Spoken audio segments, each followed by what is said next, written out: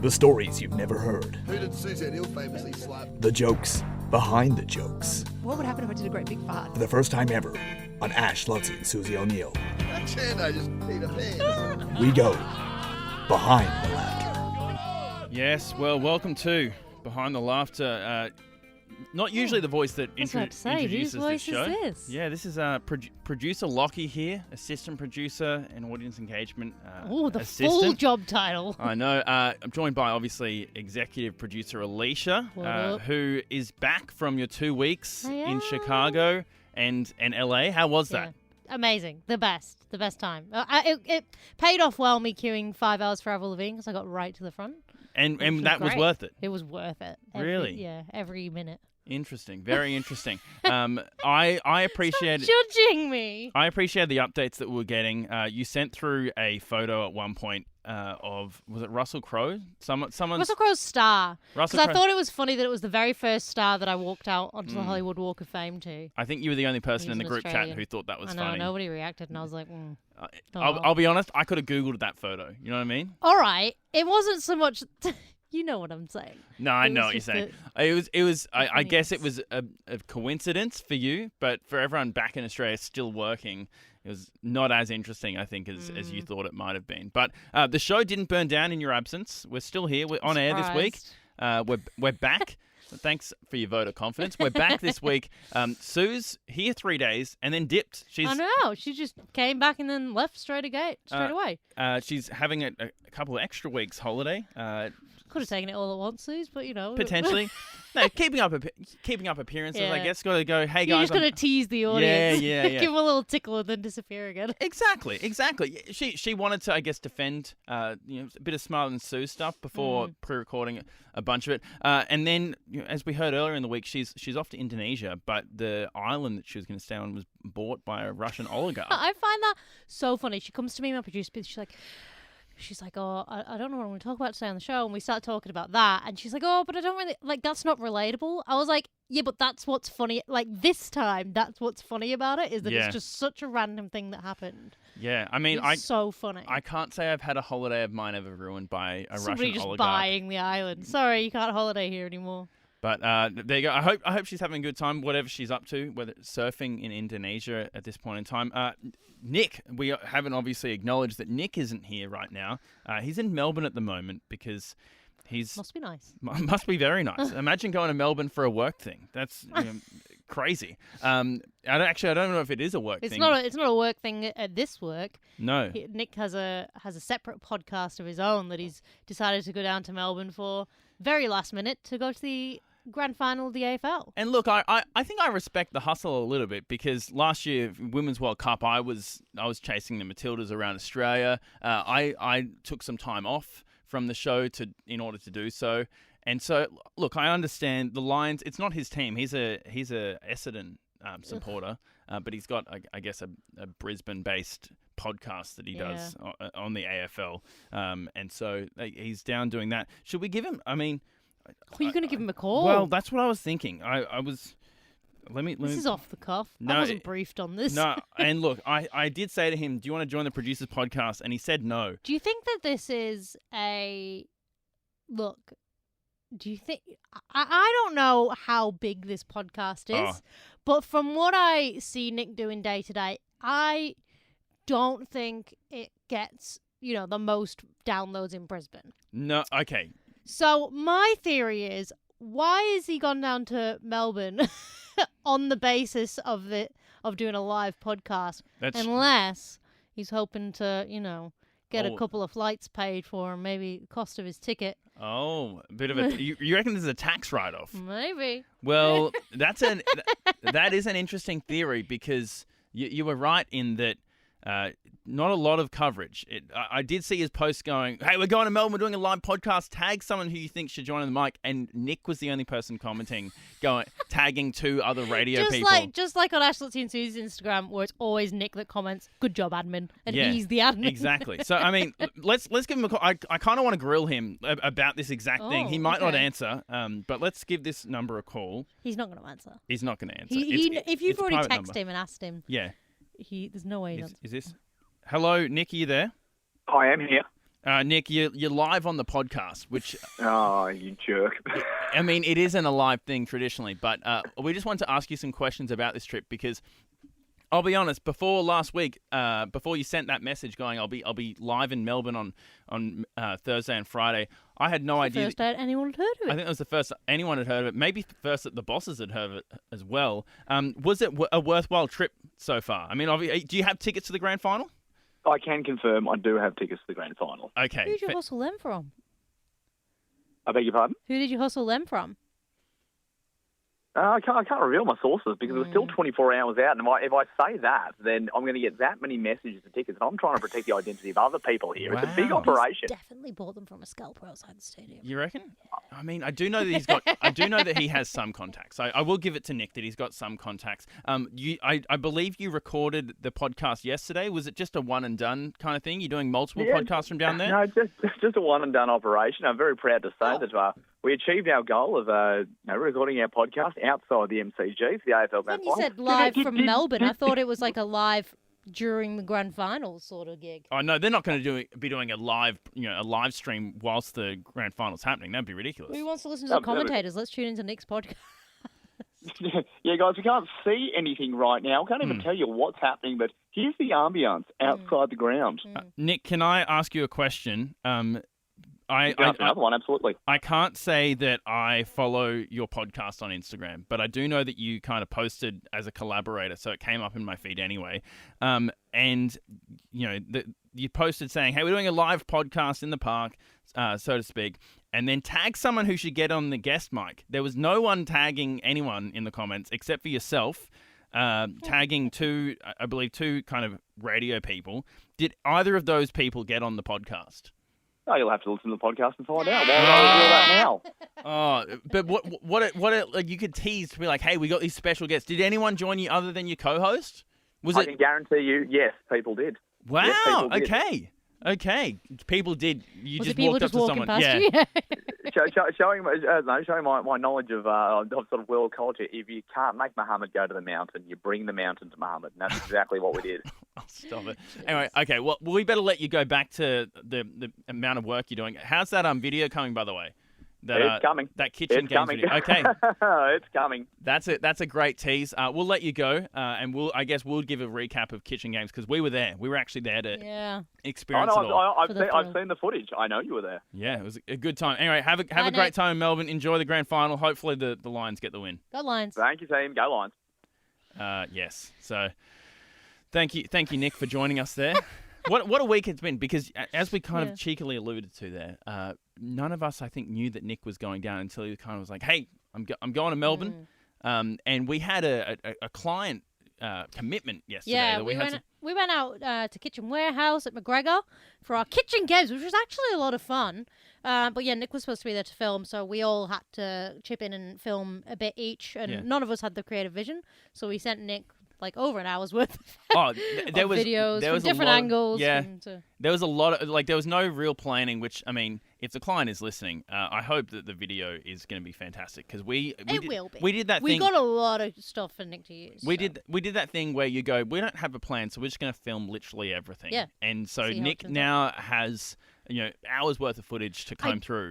So how the kitchen games worked Yeah. was we had to take in one person at a time. They had a maximum of 10 minutes to find all the items, which I thought was a lot of time. 10 minutes to find 7 items.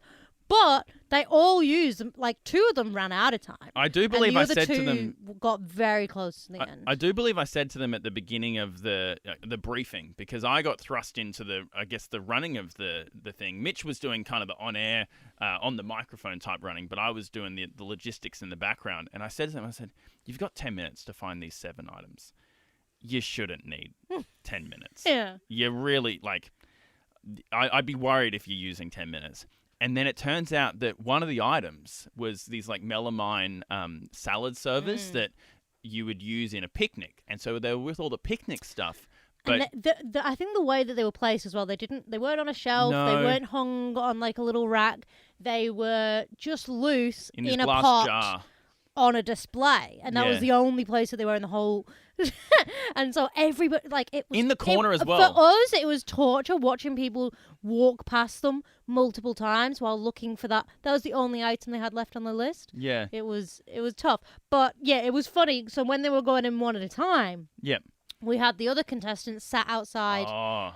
We were making sure that they were facing the other direction because kitchen warehouse at McGregor is all glass, so you can see inside. It's that new McGregor. It's beautiful. That whole homemaker centre. Because I don't know about you, near where I live, there's a homemaker centre as well. So I'm getting emotional about it. Just thinking about how beautiful the homemaker centre is. But the homemaker centre near me, basically, it's where I learnt to drive a car. It's this massive kind of what people might call a strip mall in America, where you've got these stores next to one another and then a massive car park in the middle. And you just go from kind of big store to one another. Yeah. It's not like a shopping centre where it's enclosed.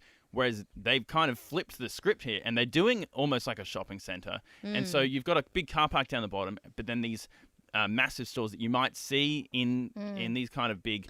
And they're all glass fronts, so you can see in them. Front. Yep. So obviously we had to face the other contestants away, so they couldn't see where the other people were going in the store and what they were picking up. Mm-hmm.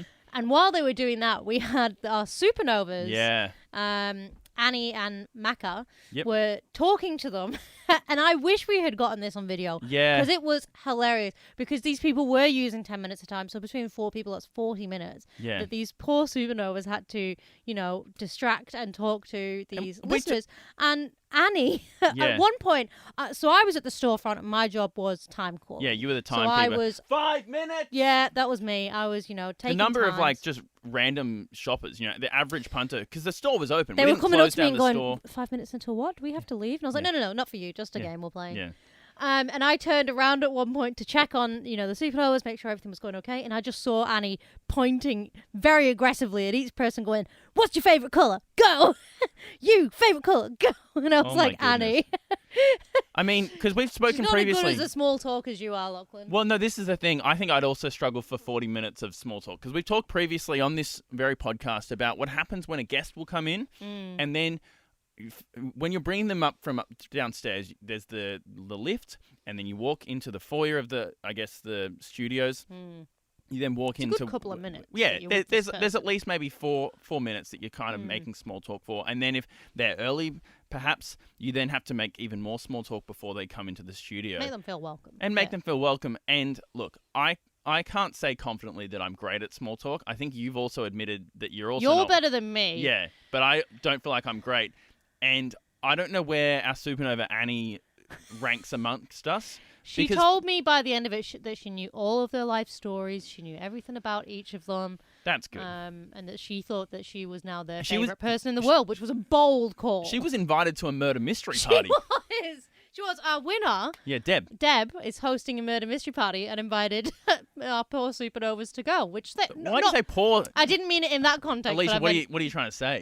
No. They're actually very excited about it. Both of them said we're excited for this, and they were cheering on Deb when she won and having a great time. It was good fun. It is a fun, hypothetical to go. How do you think you would go making conversation with 4 people that you've never met before? You have to keep them engaged for 40 minutes. Maybe let's go 30 minutes because you're only... But you still have to keep it workplace professional. Exactly.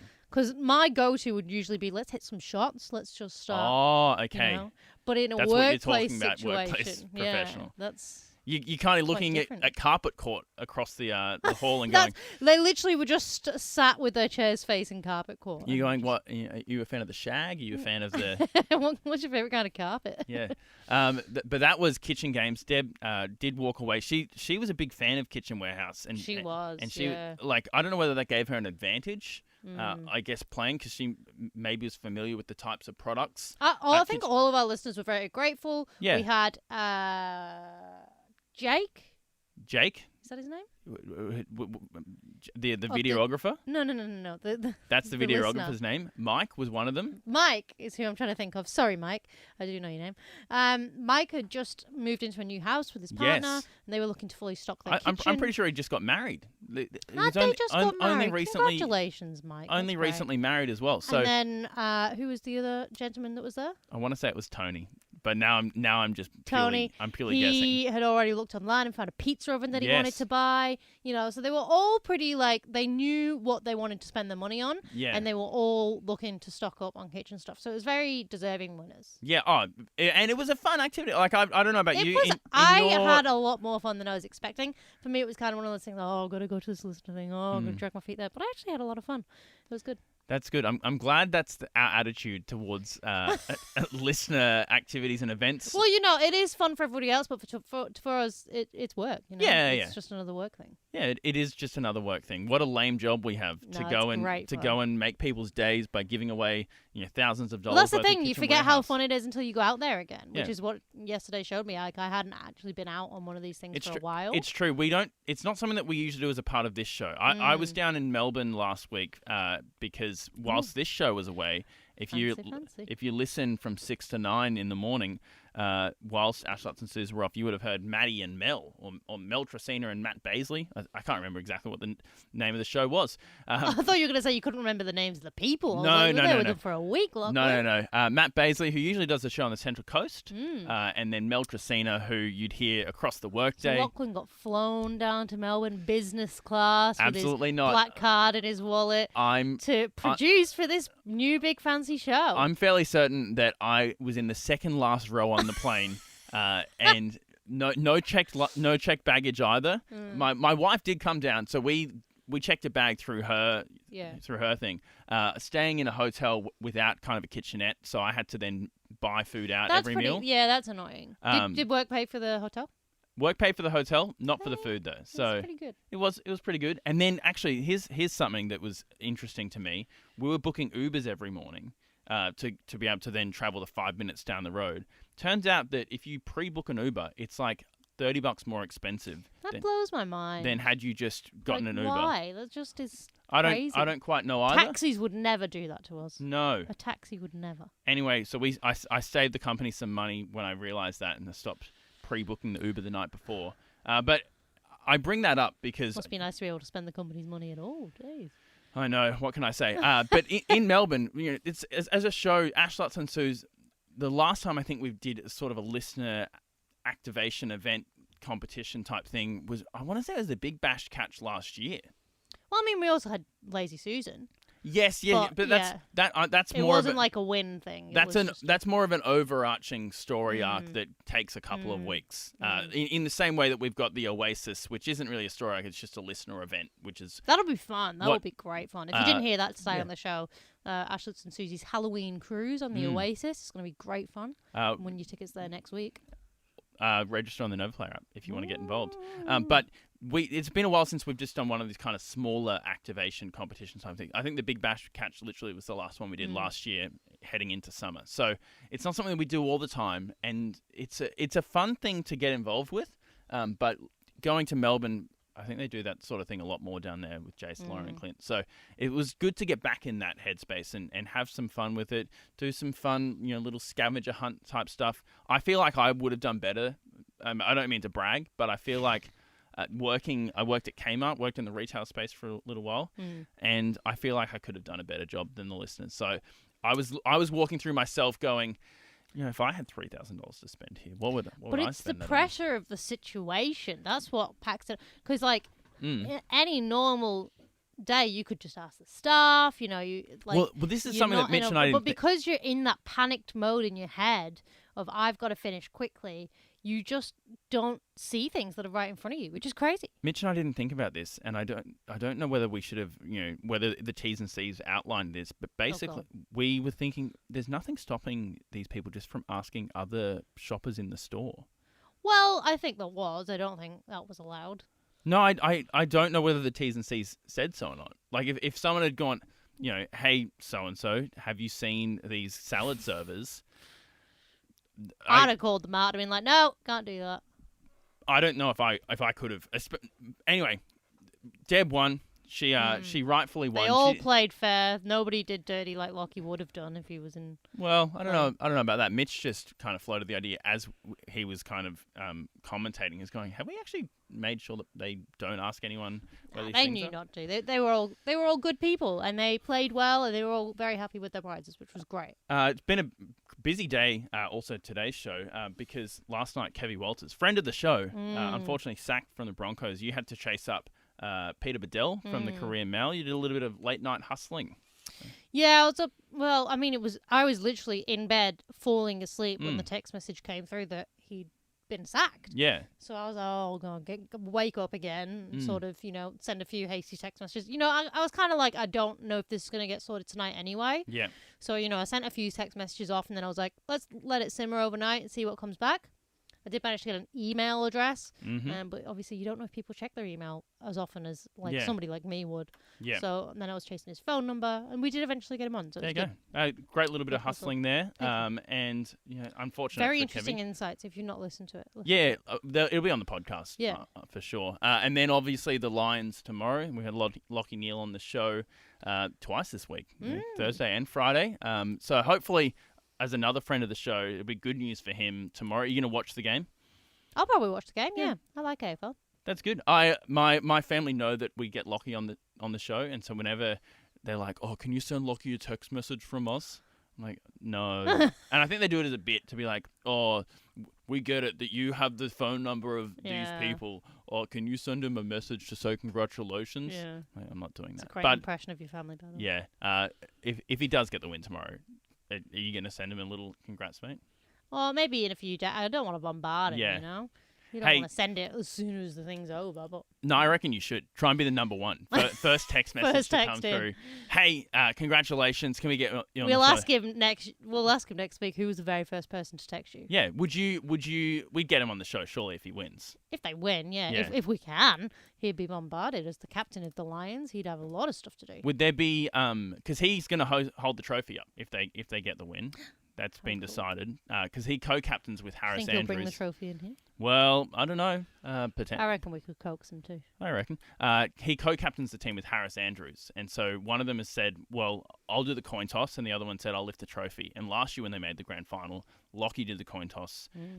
Harris was designated trophy lifting, but obviously the trophy wasn't lifted. So hopefully for Lockie's sake. But if we get him in on Monday or Tuesday, I mean, because they then have Mad Monday. Yeah, they have exactly. So it could be a couple of days next week until we see him. I don't know whether he's planning to fly off somewhere on holidays as soon as it's done. That's true. We don't know when he could be back in Brisbane. So maybe you should message him now. Be like, hey, mate, no pressure. Let's tee it up before. If you get the win tomorrow, we would love to chat to you on Monday first thing. Yeah. How does that sound? I think that's a wise move. There you go. Do you reckon he'd block you? Probably. Yeah. A few sports people have already blocked me, so. Really? Well, I don't know that for fact, but it wouldn't surprise I think we me. had one of them in the office this week, so Yeah. that was good fun. Anyway, that's a little cheeky tease, and that'll be it for this episode of the Producers Podcast, Behind the Laughter. Thanks for joining us again. Thanks for joining us. Hopefully this has been somewhat insightful into the life of a producer behind the scenes on Ash Lutzy and Susie O'Neill. If you're a Lions fan, let's get the win tomorrow. We have no control unless you're actually in Melbourne and cheering them on. And we'll catch you next week, hopefully, with Nick back from Melbourne. Yeah. Bye.